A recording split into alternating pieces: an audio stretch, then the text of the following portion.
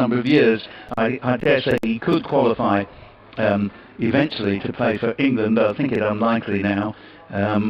And obviously, Mornay Morkel would be another example. Martin Levin says, as Porter is about to bowl again, some returns, 3 slips. Oh, and this one, a bit of a play and a miss from Crane, goes through to Wheater. Martin says, with 8 wickets down and 1 3/4 hours travelling, I finally sit down in front of the media box. Well done, Martin, and well done for making it from, I think you said, Hyams Park. Edward Emmons says, not sure the elephant in the room has been mentioned, Ray, the debate in terms of the best overseas Colpack spinner for Essex. Canaria's off-field impact negates any brilliance with the ball for me, as Porter comes in again and bowls to Crane, and the bouncer, Crane ducks underneath it very easily, and the email continues, and so can't be in the same level as Harmer. Similar match-winning bowling, miles apart in terms of dressing room impact. Fair point, but it's also a fair point to say that Danish Canaria was an outstandingly brilliant bowler, and a great decision actually by Graham Gooch when he was coach, to switch Essex's emphasis on their overseas bowler to a world-class leg spinner. Gooch very rarely made any mistakes. It was he who discovered Brian Tenduscarter, and look at the service he's given. Gooch wasn't to know that one or two unfortunate aspects of Canaria's behaviour eventually rather let himself down, as here is the next delivery. Crane plays Porter down to Beard at mid-on, and there's no run. 71 for 8 is the score in the 25th over. No, we were just obviously considering the value of the player as a cricketer, putting all the other issues aside.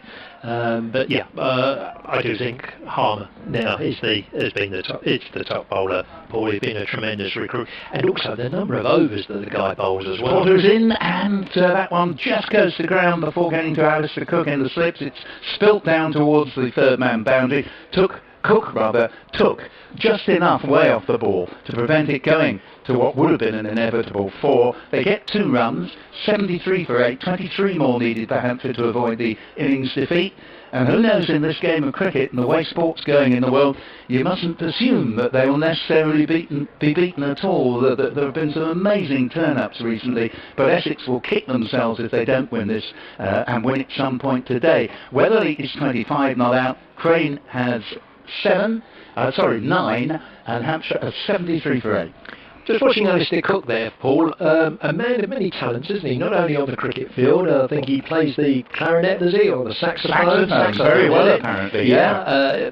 Singing as well. And the way he's just walked up that wicket carrying 4 helmets leads you to think that juggling would probably be the next masterclass that he'll be involved in. Harmer's in, begins a new over, and this ball is played down to backward square leg. I think it rebounded off a fieldsman, or otherwise I think that would have gone rather further than it did. Weatherly is the batsman. Yes, Cook is unofficially the greatest helmetier the game has ever seen.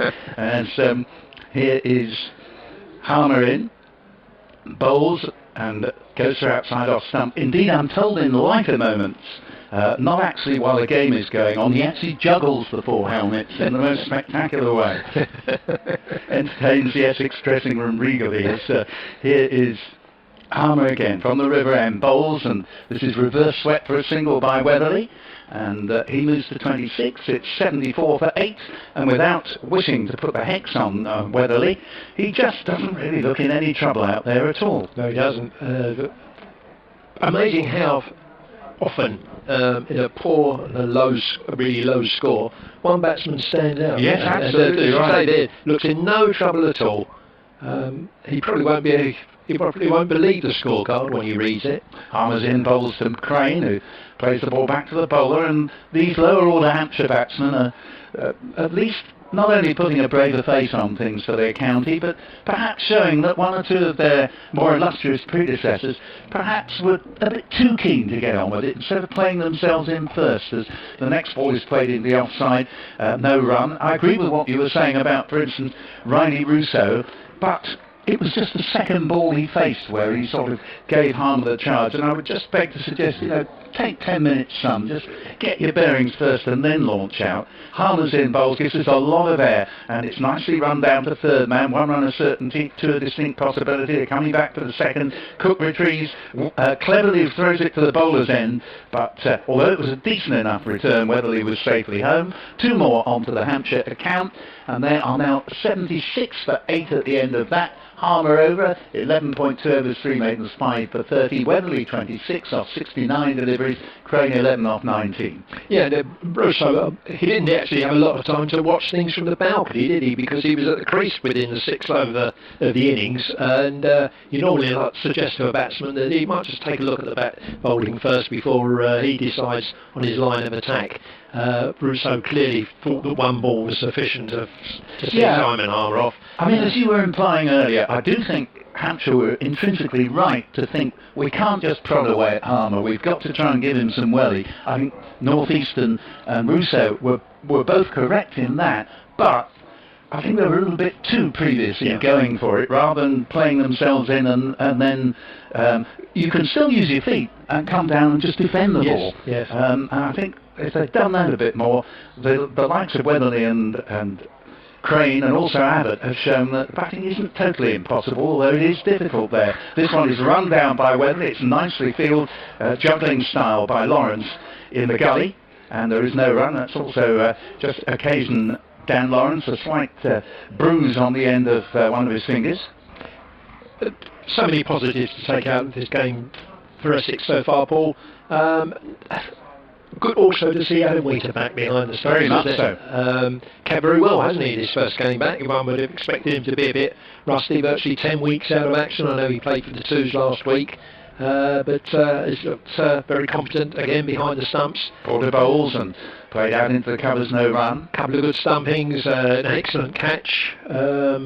Or two excellent catches, one in each inning. So, yes, good to see him back. He's been missed, and not because those who have kept wicket have let the side down, but because Wheater, I was saying earlier, over 5 championship matches, you'd expect him to aggregate 150 to 200 minimum, and Essex haven't got significant runs from the number 7 in his absence. So it's great to see him back from an Essex point of view, and Porter's in and bowls, and that is a good delivery, a player to miss there. One of the very few from Weatherly will bring Kevin back in at the end of this over, and that really is about only the second mistake that Weatherly has made in this excellent knock that has put not only the demise of the earlier Hampshire batsman, but the earlier Essex batsman this morning as well into some sort of perspective. No one's trying to say that this is an easy pitch to bat on, but it's not as impossible as many have made it look.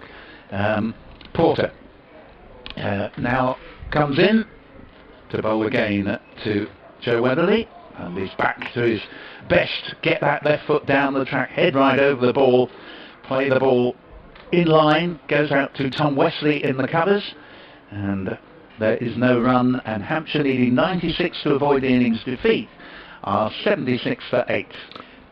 Ball is now 26 overs old, Paul. I just get the feeling it's not seeming about as much as it was. Maybe it's going a little bit soft. Just seeing Tom Wesley vigorously trying to get some shine on the ball. I don't know, as I say, I just don't think it's doing quite as much out there as it was earlier on.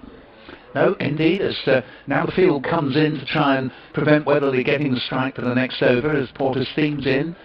Bowls, and all defence here. Again, big stride in, head over the ball, deflects it into the onside. Nick Brown mid-wicket, no run, 76 for 8.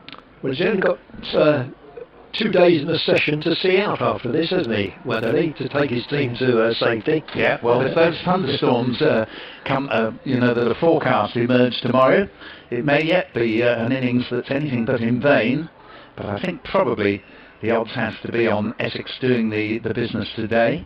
2 slips in a gully as Porter's in and bowls, and this ball is played not entirely where Weatherly was aiming it, but perfectly safely to Brown at mid-wicket. Another over ends, as does my commentary stint, and Paul Hiscock will be joined again by Kevin James. So Hampshire 76 for 8, and still 20 runs behind Essex, who were bowled out this morning for 214, of which Ravi Papara hit 59, Dan Lawrence 57. They're the two top scorers in the match so far, and their partnership, their fourth wicket partnership of 105, looking so significant now as this game is unfolding. And as I say, Hampshire 76 for 8, still need a skilled trail Essex by 20 runs.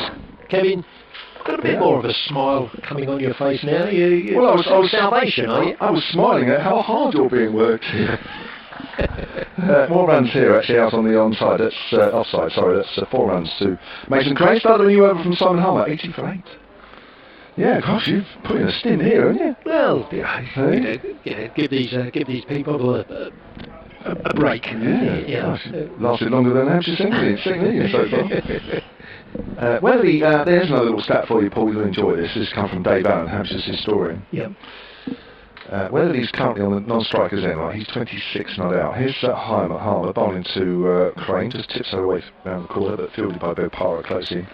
The lowest ever score by a Hampshire batsman carrying his bat. This is from Dave Allen. He's 32 not out by Neville Rogers against Leicestershire in 1953. So he's 6 runs away from that. That's pulled away by Crane, and that's going to be 4 runs behind square on the leg side. Is Harmer tiring? No. I was trying to clutch at He's tiring of sending the ball down and not getting some reward. He's not used to this is quite a lengthy spell for him without any success. No, Simon Harmer doesn't know the word, doesn't know the meaning of tiring. He's not allowed to in this dressing room, Kevin. Right. He just, once he gets the ball, that's it for one end. The captain only has to make a bowling change from the other end, so he makes it easier for everybody. No, credit to Joe Weatherly, the way he's played here. Superb. Yeah. Always sweeping from fairly straight, but no real appeal for LBW. Quicker ball and fuller. The deficit between these two sides is 12 at the moment. Yeah, whatever. I mean, the afternoon session must have exceeded Essex's expectations by a mile, mustn't it? Yeah. It was a poor afternoon yesterday for Hampshire as well. They Yeah. bat very well in the afternoons here. I'd like to say that's the only session they don't play very well here, but I think you can add a few more in as well over the last couple of years. Let's play back to the bowler by Matt Crane, who's on 19 not out, giving Weatherly some super support here. Yeah, Hampshire don't actually do Chelmsford, do they? They don't do Chelmsford, no. I think they just wipe this ground off the fixtures. Just push back to the bowler and there is no run. I think they should refuse to play here in future. I know it certainly wasn't one of Nick Potash's favourite grounds, was it? He was never very, very complimentary about Chelmsford, and yet he had some success here, particularly in the T20s, but I think he thought the best thing about Chelmsford was the exit doors, really. And I'm not speaking out of turn, he confided that to me, yeah. Now, I remember him saying that, actually, he actually said that in an interview to me when I was previewing some stuff with him to Chelmsford, and he said, I mean, to be fair, Nick's a great bloke, and you know he is, and he's good value, but he did sort of say something, which I think he sort of, as he said it to me, I thought, no, and I cut it out of the interview, actually, and he's obviously going around telling everybody anyway. Yeah. But, people like to deride Chelmsford a bit as well, don't they like to knock it down. And yes, it hypes the thing up a bit, doesn't it? You have Ronnie Irani nicknamed as Fortress Chelmsford and what have you. Jamie Porter, but I take your comment earlier about the ball not doing so much at the moment. It looks as if it's really calmed down. Yes, it does. Yeah. It's just a shame that it's taken 8 wickets. Yeah. The problem was the Fortress Chelmsford sort of nomenclature lasted beyond Ronnie's time, and we still kept hyping up as Fortress Chelmsford. The problem was at one stage the opposition seemed to have found the key into the Fortress Chelmsford and on the way out again. We're still searching for it, wherever it was put, where it was last put. Porter again to Weatherly. Weatherly just guides that behind square on the offside. There's plenty of gaps for him at the moment. They seem to be quite happy to keep him away from the strike. Moves on to 27. It's great with this media hype, isn't it? For a while we had this with Kent, the Battle of the Bridge. Well, it certainly is a battle. I mean, it's a battle to try and get over it. Let alone, when the two teams meet to sort of get bragging rights for who's better, Kent or Essex. But as I say, hyped things up and created a bit of a situation. And That's good. Battle of the Bridge, the QE2 bridge. The QE2 bridge, yeah. Just in case anybody's doesn't know what bridge that is. Yeah. And Friday night's not a good place to be to try and battle over that bridge. Well, any night, really. But Still £2 to get over, is it? I think so. Yes. Yeah. You use the other route, do you? Or you Well, do you know what? This is. I've mentioned this before, but it's within a few hundred yards, and it's probably less. Actually, when you come up the M3 to go all the way around the M25 to the A12, or go through Hertfordshire, or go the other way via the QE2 bridge and round the bottom, there is a few hundred yards in it. Yeah. But they improved the situation by taking the toll booths away. I mean, you still want to pay, but you pay online or whatever. I tend to go the Hertfordshire way. It's pushed out into the colours by Mason Crane. They'll pick up 2, no they won't, they'll keep it to 1. So it moves on to 86 for 8. Generally, it's made it a lot easier to get from Essex into Kent, but coming back doesn't seem to ease the situation at all, and I can only think that it's the attraction of, coming back into Essex, isn't it? I mean, certainly everybody wants to be Essex way, but the tailbacks are still quite phenomenal on a regular basis, going from Kent to Dartford Bay in. Yeah, well, that's why I tend to avoid it. Actually. Yeah. Porter Bowles to Weatherly, gets well forward, another good stride in as it goes out on the offside. Your boys could make it through to take here, Kevin. Well, yes, I know. We'll be 20 minutes away. Yeah, and there's another wicket for it. Yeah. I mean, since 20 to 3, when Keith Barker went down, we've only lost Carl Abbott. That was about 5 past 3. So, we're on for about an hour. We've only lost 1 wicket. Yeah. And Mason Crane's moved on to 20. Who would have thought that? Porter Bowles is pulled away by Weatherly, just behind square on the leg side. They'll pick up 2, and Weatherly moves on to 29. I'm going to move out. Blame you. Let Mr. Newton have the... Thank you, Paul. Enjoyed that. Paul Hiscock. Yeah, brilliant. Nice to have a long chat there. Not just now, I mean, throughout the afternoon. In fact, we're still chatting longer than I thought we would be.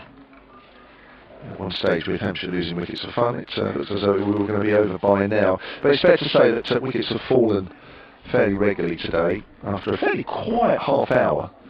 Maybe even a quiet hour, where only Rovi Bopara was out in that first hour. The wickets have fallen fairly regularly. I mentioned Essex losing their last 7 wickets for 45. They actually lost their last 6 wickets for 19, and then Hampshire lost their first 7 wickets for 32. So it wasn't it? It was wickets galore here. If you loved your wicket, this was the place to be. Yeah, no, absolutely. All the 8s on the board, 88 for 8, 28 overs bowled.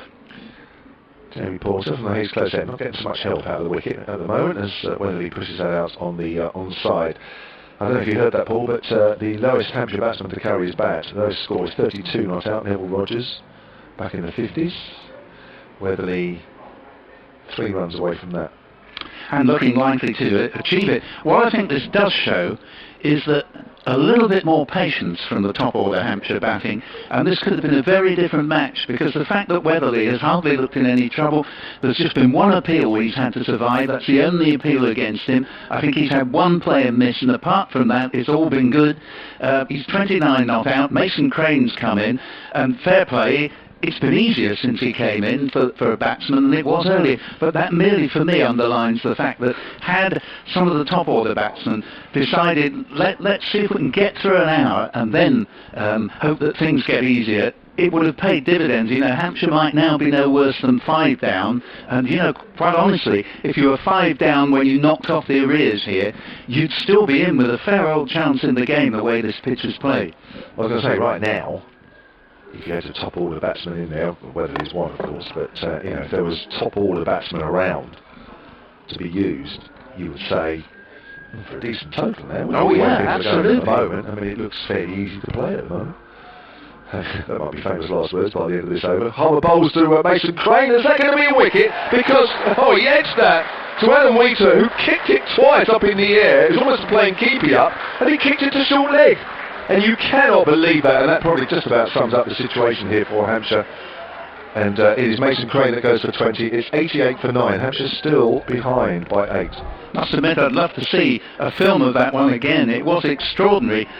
Keepy up here at its brilliant best from Wheater there, and probably tender scarf. It was it who grabbed it in the end, and well, there we are. You spoke just too soon. I mean, it's commentator's curse, just as you were sort of saying, well, yes, and me too, you know, we're both saying, yes, batting now, you know, if you're the top order batsman in there, and suddenly the wicket goes down, but that is the end of Mason Crane's fine effort, actually. Departs for 20, and I should think he could hardly believe that he was on his way there either. But 88 for 9, so Hampshire rather require a further 8 to avoid the innings defeat and Fidel Edwards to come. I think you better take over the commentary now, Paul. I think it's all yours.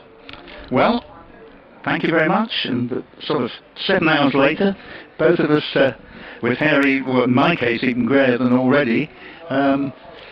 You still have a look of youth, I must say, and well, I think that when I used to do cricket call back in the 80s, there you were, getting Graham Gooch out on one occasion, and still... the only one. and still your hair is its natural colour. It's very kind. I think there's 1 or 2 grey hairs in there somewhere. Well, you certainly, you haven't shown the signs of ageing anything like as bad as I have. No, not at all. Even though I am, after all, many years older, Yeah, that's not for the fact you still have the great look of youth as Edwards makes his way out to the middle to join Joe Weatherly, who's getting ever closer to carrying his bat.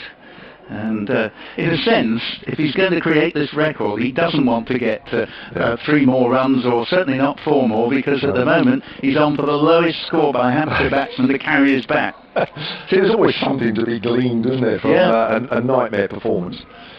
I say nightmare performance. I mean, I have to temper today's situation with the fact that Essex did lose a lot of wickets as well today, so clearly it hasn't been easy to bat today.